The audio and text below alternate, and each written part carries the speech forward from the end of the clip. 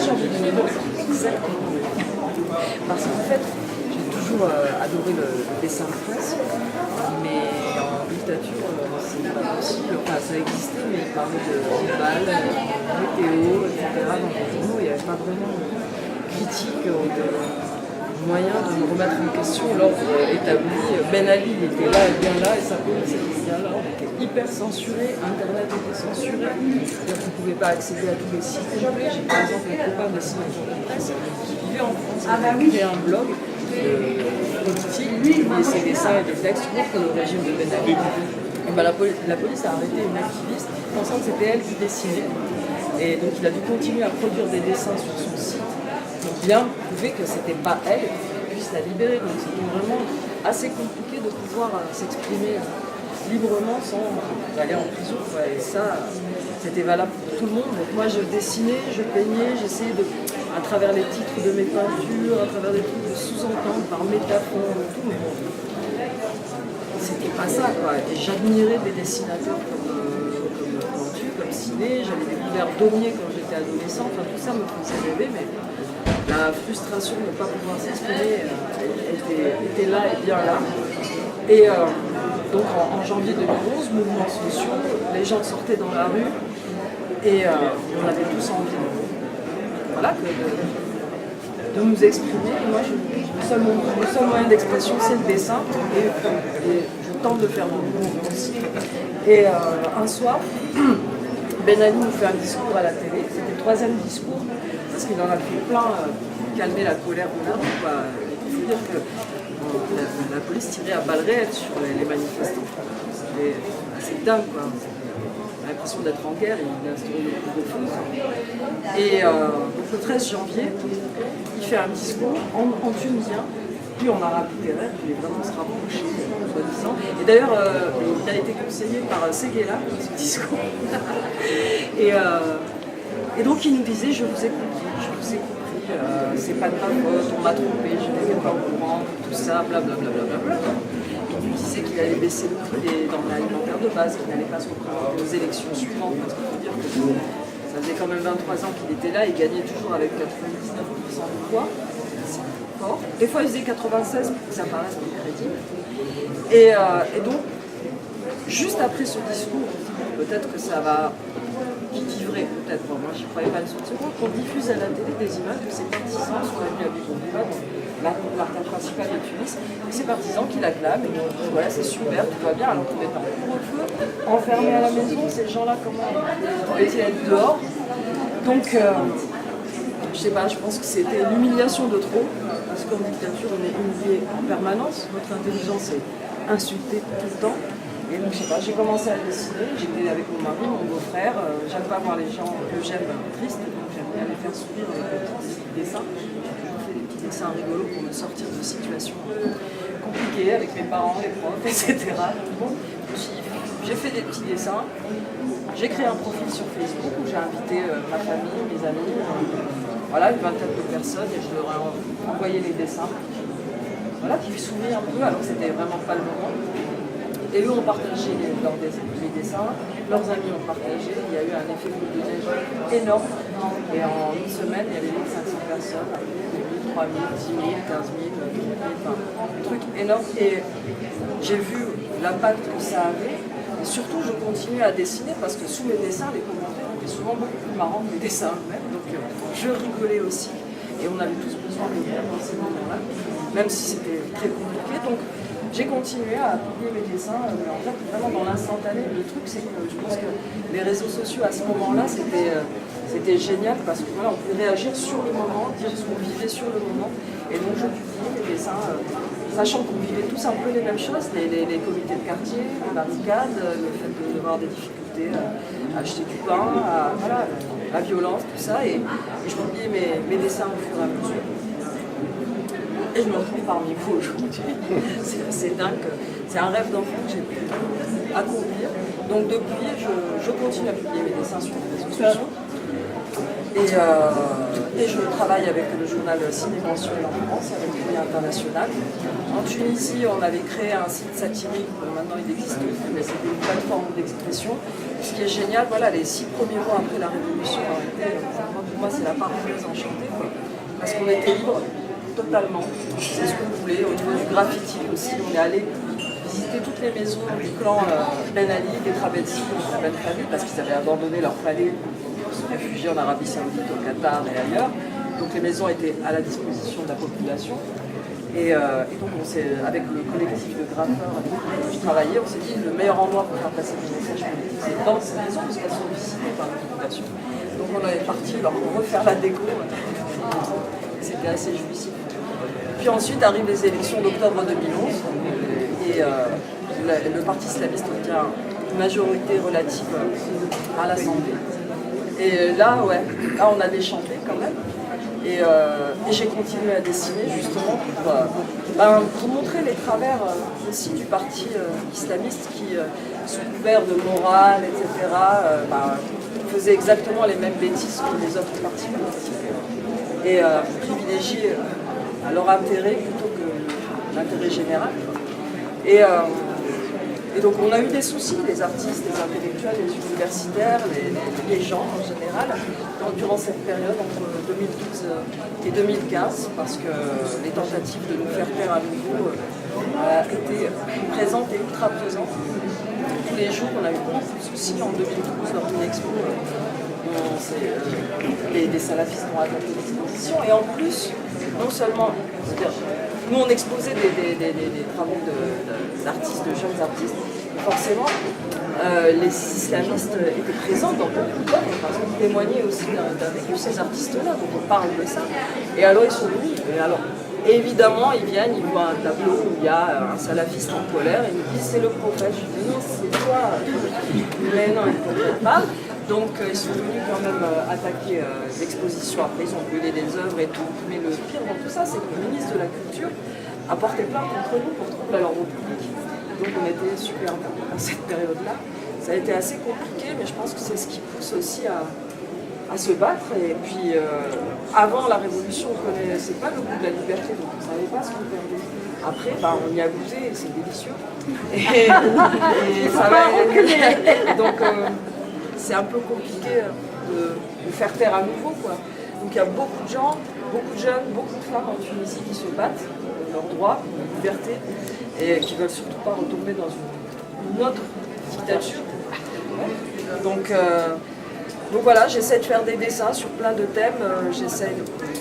Moi, le but, c'est déjà de m'exprimer en tant que citoyenne, de dire ce qui me dérange, ce qui me révolte, ce qui m'indigne, et tourner en dérision mes angoisses, pouvoir les dominer, les peurs, en rire. Et donc oui, on sensibiliser quand même les gens. Si les gens sont sensibilisés, pour moi c'est génial. Et puis c'est vrai que je l'ai déjà dit, mais quand la première fois que j'ai vu un de mes dessins dans une manifestation à Tunis, dans la rue, les gens avec des dessins devant l'Assemblée, pour moi ça a été énorme parce que c'est le but aussi, c'est que les gens s'approprient le dessin et puis surtout parlent pour eux. S'ils vont être utilisés pour faire avancer les choses et pour la liberté, pour moi c'est le top. Donc voilà. Voilà. Oui. Après, ça continue, heureusement aujourd'hui. Alors évidemment, c'était un peu compliqué, ça c'est compliqué pour tous les artistes en Tunisie, parce qu'on n'est pas très aidés, au contraire. On se débrouille comme on peut, on monte, on s'autofinance, on s'autogère, on fait plein d'actions, plein de choses, plein de belles choses. Il y a plein de belles choses qui se passent en Tunisie malgré. C'est vrai qu'on parle de nous à la télé que quand il y a une catastrophe. Forcément, on a l'impression que c'est l'Afghanistan. Non, on est bien. On est bien en Tunisie, même si c'est très difficile. Le dinar a dégringolé, l'économie, c'est un coup pas possible. Mais il y a des petites victoires. Par exemple, il y avait une loi qui datait des années 70 où un Tunisien ne pouvait pas épouser un non-musulman, il fallait qu'il se convertisse. Cette loi n'existe plus depuis l'année dernière. C'est une lutte qui a été faite par les femmes. Par exemple, lors de la rédaction de la Constitution, les islamistes voulaient mettre dans l'article concernant l'égalité hommes-femmes que les femmes étaient la complémentaire de l'homme. Ça a rendu dingue toutes les nanas, on est sortis par milliers, toutes couches sociales confondues, âge, et ils ont laissé tomber. Et on est le seul pays arabe où il y a l'égalité des hommes et des femmes dans la Constitution. Dans la réalité, il y a encore du boulot. Mais il y a des barrages. C'est un début. Donc il y a encore beaucoup de problèmes. Il y a du chômage, il Il y a encore la violence policière, la torture, la corruption surtout. Une administration très corrompue. Donc il y a encore beaucoup de boulot. On a un président qui ne représente pas du tout la population, parce que la population a 50% des Tunisiens ont moins de 30 ans. Notre président a 90 ans.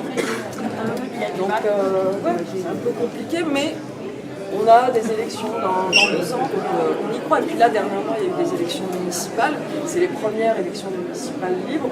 Donc bon, il y a eu un fort taux d'abstention parce qu'il y a quand même des enchantements de la part des gens, mais c'est essentiellement les listes indépendantes qui ont gagné des municipalités. Alors bon, il y a des infiltrations dans les listes indépendantes, mais voir que le Parti islamiste a perdu beaucoup de son électorat, ça fait quand même plaisir.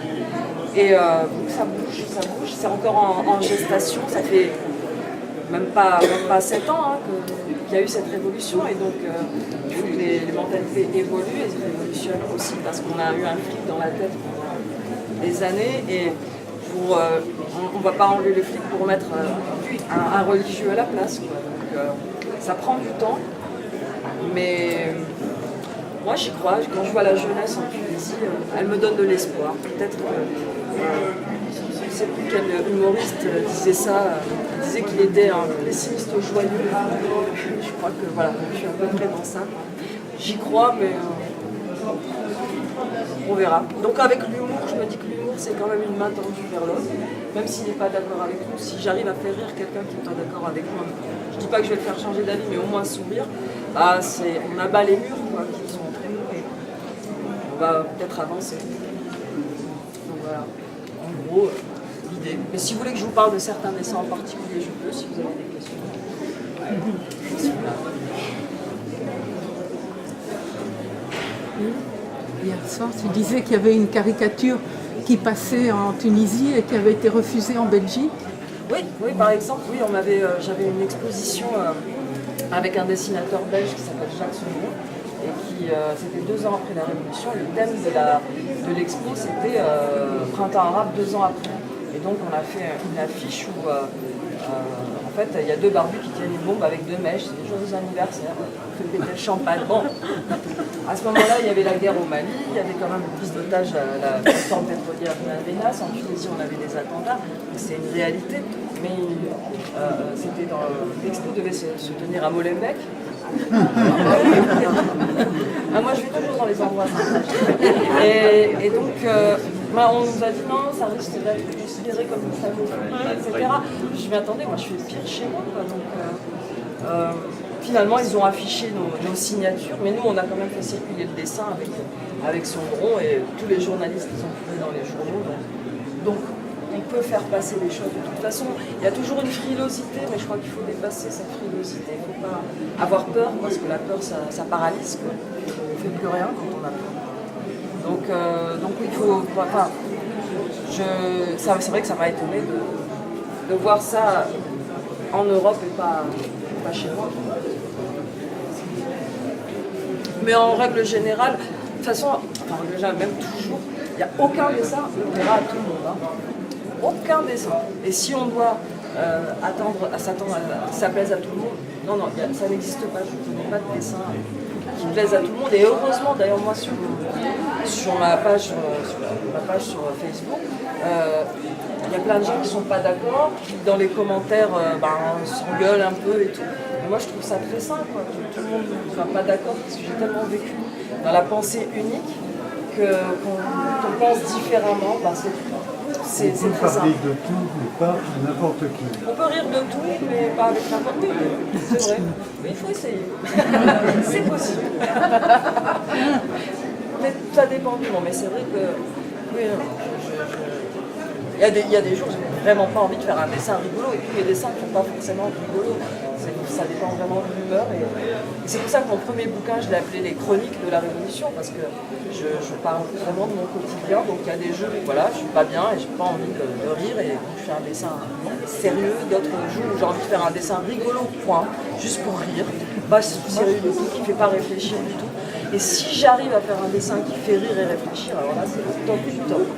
C'est dur, hein. Mais on peut y arriver. Regarde, votre chat, en France. Ah, il est sympa. qui traverse les frontières sans visa. C'est ça c'est bien. Oui. Oui, bien sûr, bien sûr. La personne, Je ne sais pas. Mais on est très très nombreux et très nombreuses aussi. Très. Il y a beaucoup de talents. Après la révolution, au niveau artistique, il y a eu une explosion, mais dans toutes les disciplines artistiques, mais surtout le dessin de presse, le graffiti et le rap, le hip-hop, parce que c'est des arts contestataires. Donc ça a vraiment explosé, puis ça touche beaucoup la jeunesse. Oui. C'est accepté, non, c'est pas toujours accepté, mais parce que le rap est quand même un peu assez. Mais c'est ce qui touche les jeunes. C'est ce qui touche beaucoup les jeunes, parce que ça parle de leur quotidien, et puis il y a une vraie contestation. Ouais. Donc, et c'est quelque chose qu'ils ne pouvaient pas faire avant. Donc ça continue. Mais ça peut exister. ah oui, ça peut exister, ça existe, ça bouge. C'est quand on est dans la presse ce matin, qu'en période de ramadan, on peut aller, disons, un mois pour une cigarette qu'on n'a pas le droit de manger au restaurant, parce que j'imagine qu'il y a quand même des gens qui sont pas croyants. Mais bien sûr, bien sûr. Au Maroc, c'est assez hard. En Tunisie, un peu pas. C'est des circulaires qui datent des années 70 en fait, c'est loin un peu. Mais par exemple en Tunisie, c'est le premier pays, dans le premier pays musulman où il y a des associations de libres penseurs qui manifestent. Nous on a défendu un athée qui avait pris 7 ans et demi de prison pour sa libération et on avait milité pour le faire libérer et on y est arrivé. En Tunisie, c'est le seul pays aussi où il existe des associations LGBT. Là, en Tunisie, on prend 3 ans de prison pour homosexualité avec un test anal avant la torture. Et ben, il y a quand même des associations LGBT qui défilent dans la rue, qui ont une radio, il y a une création d'une première radio. Donc, c'est assez dingue, mais ça bouge vraiment. Oui, les gens ont envie d'évoluer, quoi. Et comme je vous l'ai dit, ils sont très jeunes, et ces jeunes-là, c'est leur avenir. C'est de leur avenir qu'il s'agit. Donc oui, ça bouge. C'est très difficile au niveau du chômage, c'est très compliqué pour les jeunes. Mais à côté, il y a plein de belles choses qui se passent. Donc c'est ça aussi qui est bien. Culturellement, il y a plein d'événements, plein de choses qui se passent. Tout le monde se débrouille pour faire bouger les choses. Mais c'est vrai que bon, Ramadan, c'est un peu compliqué. Et culturellement, est-ce qu'ils sont mobilisés ou est-ce que vous pourriez mobiliser la prospère et glorieuse histoire de l'Antiquité romaine? Il y a des jeunes qui se bougent par rapport au tourisme archéologique, etc. Plein de choses. C'est vraiment pour le tourisme, c'est-à-dire appuyer l'histoire des gens dans l'athéisme, l'homosexualité, etc. Je veux dire. Ouais, la référence. Ça fait partie de la vraie histoire. Mais bien sûr, mais il faut qu'on connaisse beaucoup plus notre histoire. On ne s'arrête pas aux dernières invasions, on a été envahis par tous les gens. Ils sont tous partis. Carthage, c'était la deuxième ville de l'Empire romain, quoi. Donc oui, il y a une méconnaissance de l'histoire. C'est un point avec la Belgique, hein, parce que les voisins passaient, repassaient. Effectivement, mais ça donne un bon résultat quand même. Oui, il y a de bons mix. Il y en a qui restent. Et le dessin qui était repris sous une banderole, alors il faisait quoi? Alors le premier dessin repris, c'était en fait le Premier ministre islamiste qui en fait avait fait un discours à ses partisans en disant qu'il allait instaurer le 5e califat en Tunisie. Donc nous on s'est dit non, il y a un petit problème. Et donc quand il a vu les réactions sur les réseaux sociaux, les gens s'énervaient beaucoup, il a fait un démenti. Il n'était pas à son premier démenti. Hein. Plus souvent, il dit des bêtises, après il sort des démentis dans la presse. Le problème, c'est qu'il y a quand même des vidéos, hein, Et donc, j'ai fait ce Premier ministre à côté de son bureau. Et il y a une pile, il y a 3 piles. Il y a une pile discours pour les miens, deuxième pile discours pour les autres, entre guillemets, les bâtards de mécréants. Et troisième pile, démenti pour la presse. Et il dit la démocratie, c'est juste une histoire d'organisation. Voilà. Donc ils sont sortis avec ça.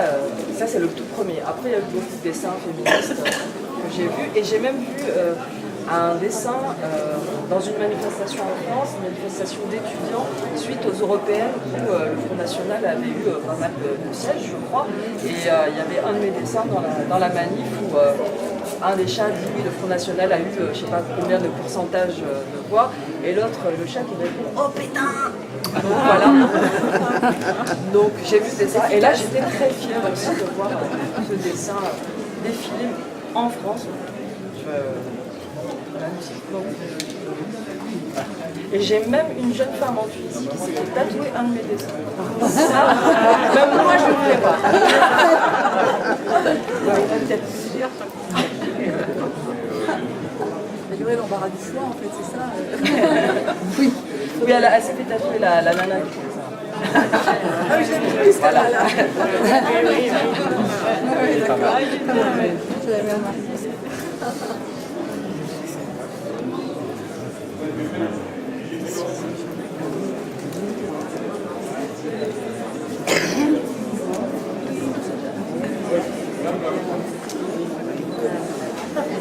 Merci. Merci.